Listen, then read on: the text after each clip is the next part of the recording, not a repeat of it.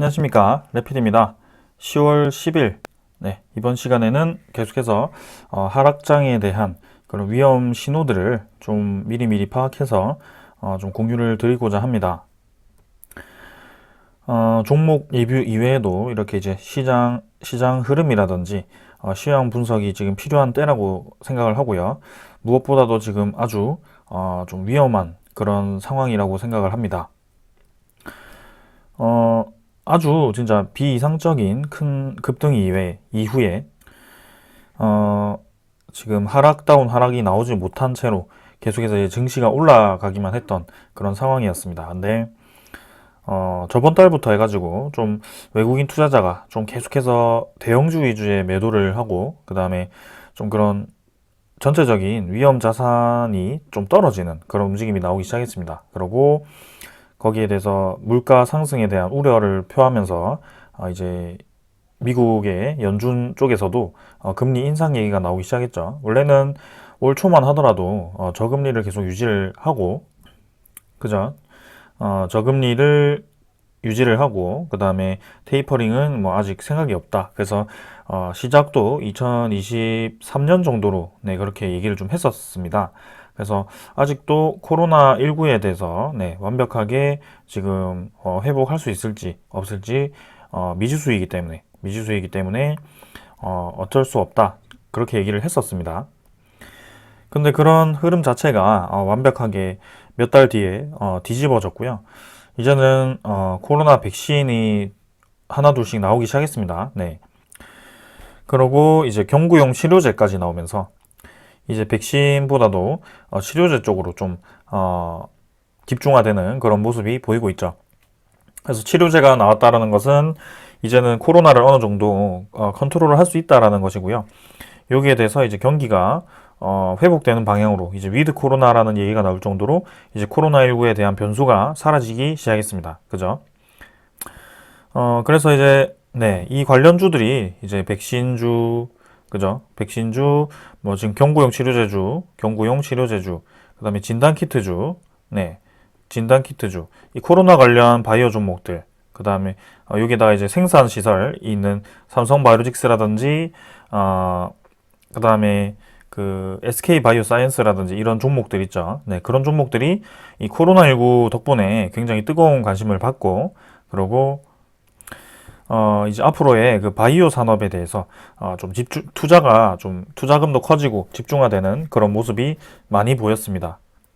그리고 이로 인해서 앞으로의 그 미래 바이오 산업들 분자 진단이 특히 요 진단 키트 종목들이 특히 이번에 많이 주목을 받았고요. 지금 이제 검사 키트 이외에도 암 진단이라든지 뭐 그런 여러 가지 분야로 좀 이제 진출을 하는 것 같습니다. 그래서 진단 키트의 그 꾸준한 매출로 이렇게 또 이제 다른 바이오 종목, 신바이오 산업으로 또 진출을 하면서 기업들을 M&A를 진행을 하면서 또 키워나가는 모습이었고요. 백신 종목들도 마찬가지, 백신뿐만이 아니고 백신에 관련된 뭐 플라스미드라든지 그런 아주 앞으로의 유전자 치료에 필요한 그런 의약품을 생산할 수 있는 그런 GMP 인증을 받은 바이오 생산 시설을 이제 증설을 하고 있는 그런 움직임이고요.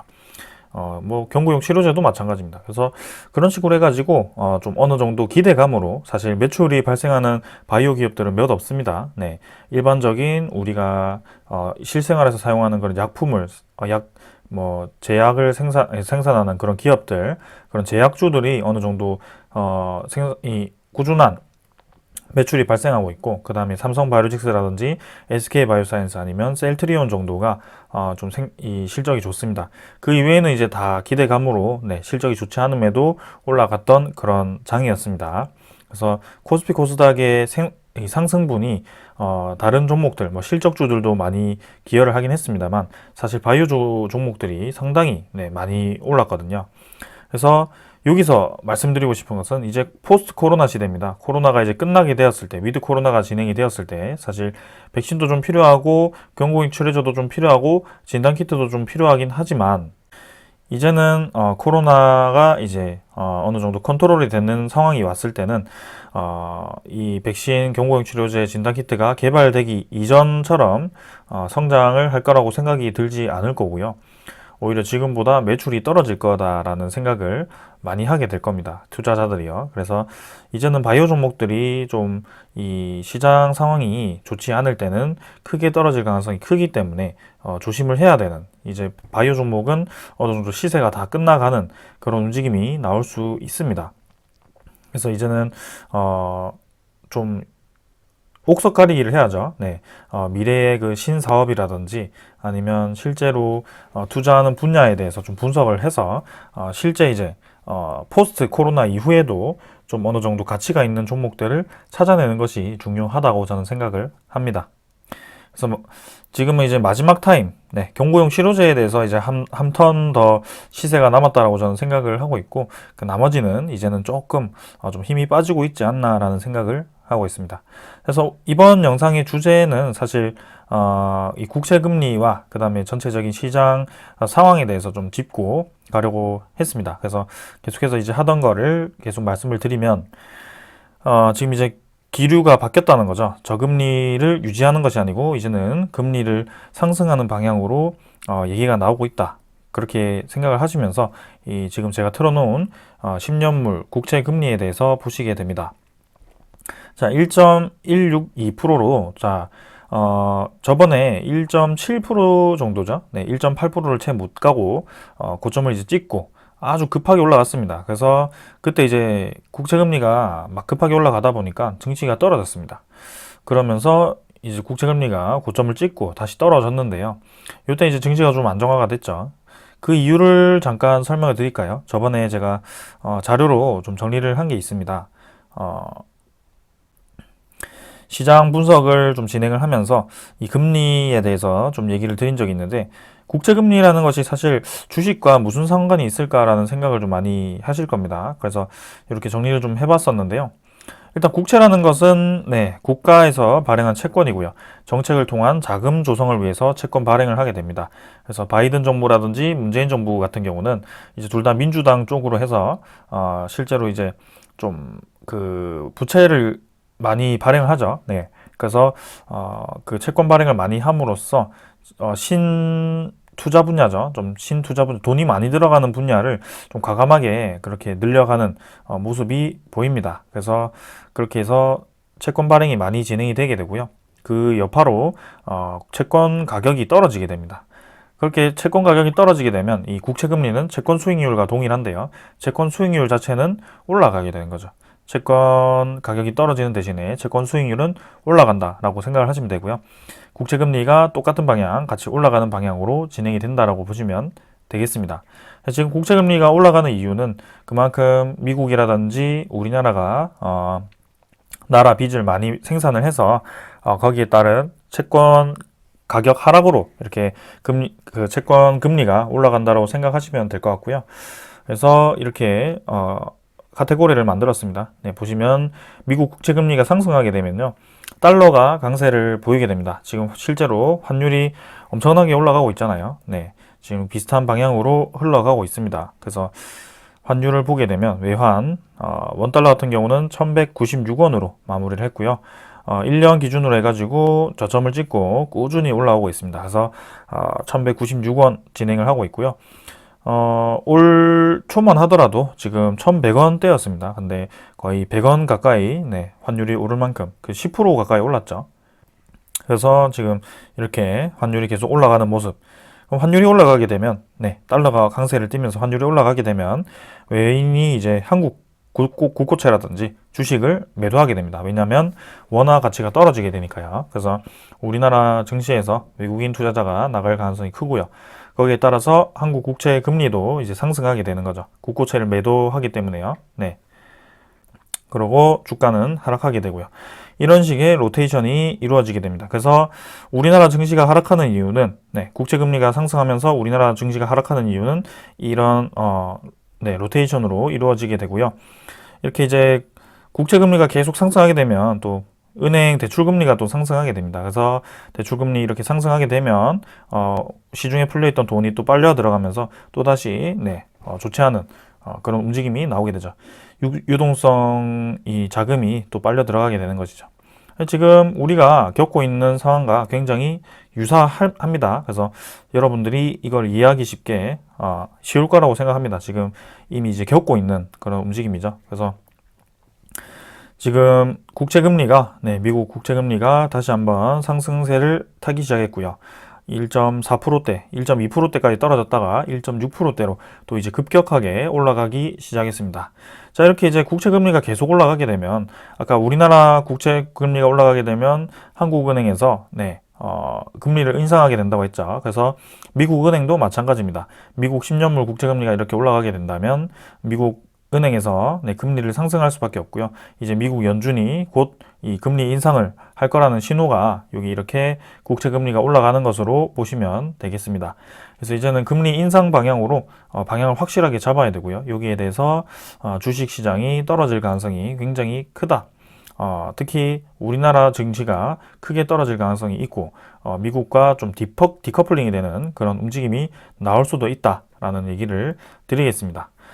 자, 그래서 일단은 국제금리, 금리 인상 하나만 보더라도 유동성 자금이 빠지면서 이제는 올랐던 주식 중에 떨어진 주식들이 대부분일 거고요. 여기에 대해서 장세가 굉장히 좋지 않을 거라는 어느 정도 이제 예상이 되죠. 근데 그것뿐만이 아닙니다. 지금 이제 저번에도 제가 말씀을 드렸지만 이렇게 갑자기 돈이 막 엄청나게 풀려 있다가 이 그림 똑같이 그렸었죠. 돈이 막 엄청나게 풀려 있다가 흡수를 하기 시작하는데 이게 다 이제 유기적으로 연결돼 있다는 겁니다. 최근에 이제 글로벌 경제들이 은행도 그렇고 비트코인도 그렇고 비트코인이 사실 굉장히 애매합니다. 이게 모든 화폐를 다 연결시켜 놨기 때문에 이 돈들이 다 연결이 돼 있는 거예요. 지금 사실상. 그래서 뭐 하나가 터지게 되면 구멍이 나게 되면 지금 와르르 무너질 수 있는 경제 구조가 지금 만들어져 있다는 거죠. 그래서 상당히 이제 경계를 많이 해야 되는 그런 상황인데요. 이게 문제가 이제 뭐 평소처럼 좀 풀었다가 좀 줄었다가 뭐 이런 거는 뭐 크게 타격 없이 버틸 수 있습니다. 근데 이번처럼 유례 없이 코로나19로 인해서 경기가 굉장히 큰 타격을 입은 바람에 미국이라든지 우리나라라든지 전 세계적으로 해가지고 굉장히 무리하게 돈을 풀었습니다, 사실. 그래서 초저금리 정책을 유지를 하면서 투자금들이 상당히 많이 풀렸죠. 근데 그게 경제를 살리는데 돈이 들어간 게 아니고 여러분들도 보십시오. 지금 돈이 풀렸는데 돈을 받았는데 은행 넣어봤자 뭐 돈 안 나오잖아요. 그리고 요새 경기도 안 좋은데 뭐 과소비하기도 좀 그렇고 그럼 돈이 쓸 데가 없습니다. 그럼 놔둘 데도 없고 그러니까 또 주식이 막 올라갑니다. 그리고 부동산도 올라갑니다. 이러니까 너도 나도 이제 그 투자금이 전부 이제 남은 돈이 투자금이 돼버린 거죠. 그래서 지금 다 그쪽으로 들어가 있는 상태일 겁니다, 아마. 그래서 심지어 이제 우리나라 투자처뿐만이 아니고 이제는 유기적으로 연결이 되어 있어가지고 뭐 해외 선물, 뭐 해외 주식 이런 것 많이 투자하실 겁니다. 그래서 상당 부분 해외로도 지금 많이 투자가 되어 있을 거고요.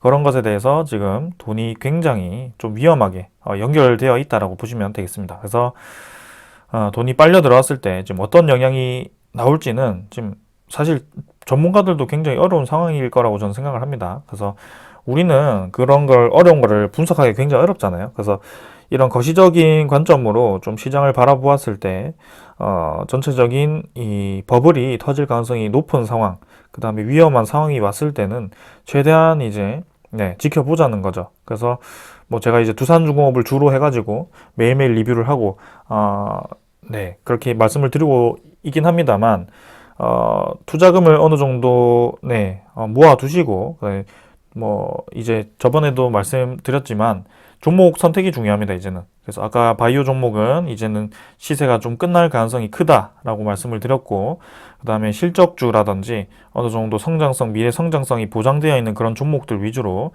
버틸 수 있을 겁니다. 특히 이제 고배당주라든지 뭐 꾸준히 이제 수익이 나는 종목들 있죠. 매년 똑같은 수익이 나는 종목들. 경기 변동에 이 자금에 흔들리지 않는 그런 종목들이 몇 개가 있을 겁니다. 그리고 이제 금리 인상 방향으로 가게 되니까 은행주들이 관심을 많이 받을 거고요. 그런 종목들이 이제 이런 하락장이 왔을 때 버티기가 좋습니다. 그래서 사실 시중 뭐 은행 넣어봤자 이제 아무리 많이 받아봐야 이제 네, 이자율이 1%대가 아닐까요? 네, 2%대인가요? 아무튼 그 정도 될 텐데, 고배당주 같은 경우는 3%에서 5%까지도 받을 수 있는 종목들이 있기 때문에, 그런 종목들도 지금 이제 하락장 대비해서 좀 주식 가격이 떨어졌을 때 그런 것도 모아가도 될 것 같고요. 그런 종목들이 있습니다. 제가 따로 다루진 않지만, 나중에 다루어가는 시간도 한번 가져보겠습니다. 그래서 지금은 네, 그런 상황이고요. 그래서 이렇게 금리 인상만이 아니고 지금 이제 거기에 대한 부작용들이 이렇게 나오고 있습니다. 중국 이제 부동산 업체, 네, 화양연 신용 등급이 이렇게 제한적 디폴트로 강등이 되었고요. 이제 헝다 말고도 제2의 헝다가 제3의 헝다가 이렇게 나오고 있습니다. 이렇게 신용 등급이 떨어지기 시작하고요. 그렇게 헝다가 의미하는 게 그 하나가 아니고요. 이제 전체적인 시장이 이렇게 불안하게 움직인다라는 것을 암시한 겁니다. 그래서 헝다 다음은 네, 광저우 RNF 이렇게 물음표가 나오면서 중국 부동산 업체 절반은 네, 파산 위험이 있다라고 기사도 나왔습니다. 그래서 부동산 업체 헝다 그룹발 우려가 커지고 있는 가운데 네, 주요 부동산 개발 업체 중 절반이 파산 위험에 처해 있다라는 분석이라고 하죠. 그래서 상당히 지금 이제 위험한 상황입니다. 중국 최대 부동산 개발 업체인 네, 컨트리 가든 홀딩스는 6월 기준 자산 대비 부채 비율이 78.5%로 정부 기준인 70%를 넘어섰다라고 합니다. 그래서 자산 대비 부채 비율을 못 지킨 업체가 가장 많았다라고 하고요.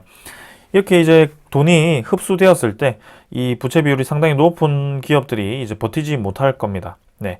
왜냐하면 어떤 자금을 대출을 하거나 어떤 뭐 건물을 담보로 빌려온 돈들이 많기 때문에요.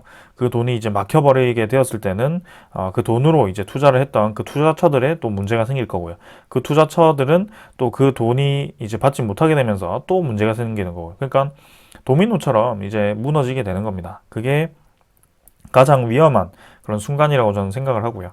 중국뿐만이 아니고 이제 미국도 지금 최근에 아주 위험했죠. 네, 디폴트 가기 직전이었습니다. 그래서 바이든 대통령이 직접 이렇게 나설 정도로 미 경제가 유성 충돌 직전이다. 공화당을 이제 압박해서 이제 협의를 냈죠. 그래서 부채 한도를 늘렸습니다. 부채가 굉장히 이제 많죠. 28조 7,800억 달러로 법정 한도인 22조를 네, 22조 달러를 초과한 상태라고 하죠. 그러니까 국가 부채 한도를 늘려라 이렇게 얘기를 한 겁니다. 지금 이게 좀 느껴지시나요? 네, 지금 아까 상황이 뭐였죠?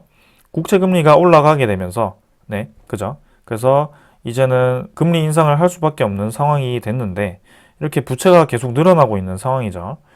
네, 부채가 계속 늘어난다는 것은 이렇게 또 금리가 인상하게 되면 이제 대출 그 금리도 인상하게 됩니다. 그래서 대출 금리가 인상하게 된다는 것은 이 부채에 대한 이자율도 같이 높아지는 상황이고요. 네. 그래서 계속해서 이제 좀 이게 좋지 않게 흘러 들어가는 겁니다. 지금. 네. 부채를 이제 줄여도 네, 모자랄 판에 이렇게 부채를 늘리는 상황에서 또 금리까지 같이 올려야 되는 그런 상황이 와버리니까 상당히 이제 이게 위험한 상황이라는 거죠. 이게 왜 이렇게 되었냐? 코로나19 때문입니다. 코로나19 때문에 경기를 살리기 위해서는 이제 뭐 인프라라든지 건설 인프라라든지 이쪽으로 좀 크게 투자를 해서 시장에 이제 활력을 좀 넣어 보려고 하는 건데 그러기 위해서 부채를 많이 발행해서 그렇게 투자를 한다는 건데 갑자기 이제 또 뭔가 네, 코로나로부터 또 경기가 회복되니까 그 많이 돈이 풀려있던 그 투자금들이 이제는 계속해서 부동산과 주식 시장으로 흘러 들어가니까 너무 이제 버블이 심해지면서 네, 넘사벽이 돼버리는 거죠. 그렇게 되니까 또 은행에서 움직일 수밖에 없는 상황이고요. 지금 아주 큰 위기에 봉착해 있다. 이렇게 보시면 되겠습니다. 그래서 어느 하나를 좀 건드리기가 굉장히 어려운 상황이다. 이렇게 보시면 되겠습니다. 그래서 사실 저도 뭐 전체적인 시장을 좀 보려고 노력하지만 이렇게 좀 헷갈리고 어려운 상황이 좀 쉽지가 않네요. 네, 그래서 주식 시장에 대해서 여러분들께는 좀 보수적으로 접근을 하라고 이제는 계속 말씀을 좀 드리고 있는 상황이고요. 이 시한폭탄 같은 이 고리가 언제 터질지는 아무도 모릅니다. 그리고 감히 예상할 수가 없죠. 왜냐하면 뭐 일방적으로 하나가 움직이는 것이 아니고 이 글로벌 경제라는 것은 유기적으로 움직이기 때문에 그 정책이라든지 뭐 어떻게 움직이느냐에 따라서 많이 달라질 겁니다. 그래서 사실 예상하기는 어렵고요. 거기에 대해서 우리는 잠재적인 위협에 대해서 혹시나 모를 위협에 대해서 대비를 하는 것이 맞고요. 거기다가 거기에 대한 근거들은 상당히 많기 때문에 이제는 증시가 내려갈 확률이 높기 때문에 네, 좀 대비를 하는 게 좋겠다라는 것이죠. 네, 이런 거 보게 되면 느낌이 있을 겁니다. 그래서 이제는 거래량이 많이 증가했다가 증시에서 거래량이 빠지는 상황, 이제 전형적인 주가 조정 상황이고요. 다시 한번 거래량이 늘어나면서 이렇게 N자로 올리는 그 흐름이 언제 나올지는 모르겠습니다. 하지만 주식 시장이란 것은 보통 이런 식으로 떨어지게 되거든요. 한번 이렇게 중턱을 만들기 시작합니다. 그래서 그 중턱을 한번 겪게 될 텐데 그때까지 한번 지켜보도록 하고요.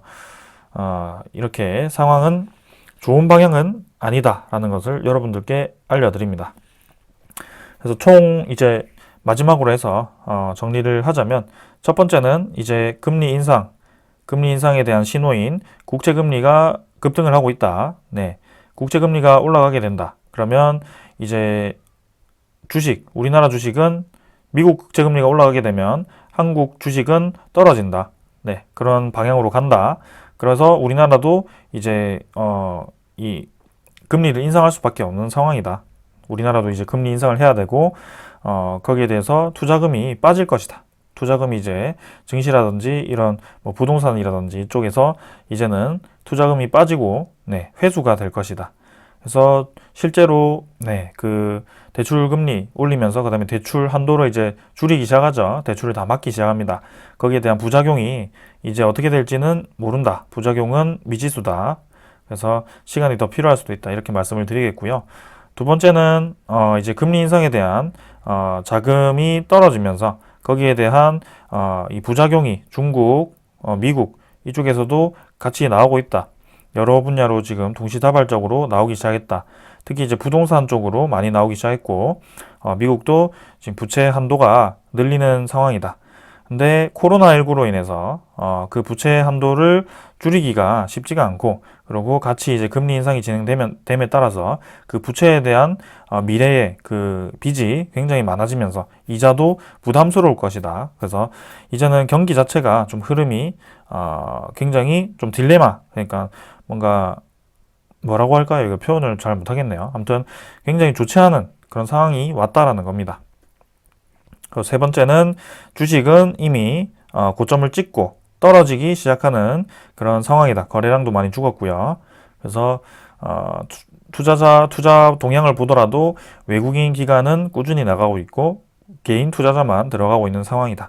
이렇게 정리를 좀 하겠습니다. 그래서 그러면 주식에서 돈을 다 빼야 되냐? 뭐 그런 건 아닙니다. 이미 이제 투자한 것도 있고요. 그 다음에 투자에 대해서 두 가지로 제가 말씀을 드렸죠. 첫 번째는 이제는 바이오는 네, 그런 좀 기대감으로 올랐던 종목들은 이제는 물이 빠질 때가 되었다. 그죠? 이제 시세가 이렇게 증시가 떨어짐에 따라서 유동성 자금으로 들어오면서 그 유동성 자금으로 올라갔던 종목들 있죠. 그런 종목들은 이제 빠지기 시작할 것이다. 그래서 이 바이오 종목, 특히 실적이 없는 바이오 종목들 있죠. 그런 종목들은 좀 위험합니다. 그리고 당장 이제 가시화되지 않는 그런 기대감들, 뭐 그런 기대감들이 좀 한 6개월 뒤, 1년 뒤에 그런 기대감으로 올라 있는 종목들, 아니면 이미 백신이라든지 코로나 치료제가 이제 어느 정도 보급화되었는데 아직까지도 백신에 대한 기대감으로 기다리는 종목들, 그런 종목들이 이제 위험할 거고요. 그래서 조심을 해야 된다. 그 다음에는 이제 실적주, 그 다음에 성장주들, 미래의 가치가 이제 기대되는 종목들.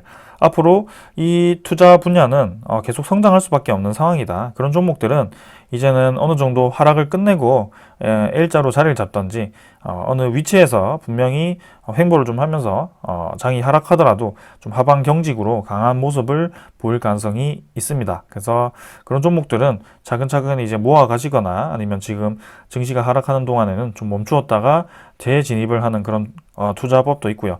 특히 이제 실적주 같은 경우는 배당금을 많이 주기 때문에 그런 배당주들, 배당금을 주는 종목들, 그런 종목들 위주로 투자를 하시면 이런 하락장도 버티기가 쉽다라는 점입니다. 그래서 언젠가는 하락은 한번 나와야 되고요. 그 하락이 왔을 때, 하락이 왔다가 다시 왔을 때 주가가 이제 돌아오는 종목들이 있습니다. 떨어졌던 게 이제 다시 돌아오는 종목들이 있고 영영 못 돌아오는 종목들이 있습니다. 그런 종목들이 굉장히 위험하다는 거, 실적이 없는 종목들입니다. 그게 이제 대표적인 바이오 종목들이고요. 그 다음에 이렇게 내려왔을 때 그 지점을 딛고 이제 다시 들어가는 그런 투자금도 우리가 마련을 해두어야 된다. 다음에 그 기회를 위해서 그런 얘기를 드린 겁니다. 그래서 뭐 100% 제 생각대로 진행이 된다라고 뭐 그렇게 딱 말씀드리기는 좀 어렵고요. 저의 이제 이런 상황을 정리한 것을 좀 참고를 하시고 지금 제 생각으로는 좀 좋지 않은 방향으로 전체적인 움직임이 진행이 되고 있다라는 점입니다. 그리고 미국과 지금 중국이 또 대만을 두고 계속 신경전을 벌이고 있는데요. 거기에 대해서도 지금 미국 중국 무역 전쟁이 또 다시 재발화될 수도 있고요. 거기에 대한 위험이 너무 많습니다. 이제는 코로나가 좀 진정이 되니까 이 국가들이 살만한가 봅니다. 이제는 원래 이 다투던 이슈들이 다시 한번 제기가 되기 시작하죠. 그런 것들도 좀 조심을 해야 된다는 점이죠. 그래서 사실 주식 투자가 굉장히 어려우면서도 좀 단순합니다. 위험할 땐 나가고, 좀 이제 많이 내렸을 때, 때가 되었을 때 다시 들어가고, 뭐 그렇게 해야 되는데요. 우리는 이제 급하게 돼버릴 수밖에 없죠. 그래서 아주 길게 사이클을 보고 투자하시면은, 결국에는 이제 돈을 벌 수 있는 그런 수익 구조가 나오니까요. 한번 그때를 노려봅시다. 자, 오늘은 여기까지 하고 마무리하겠습니다. 내일 이제 장 휴장이고요. 그 다음날 화요일에 뵙겠습니다. 감사합니다.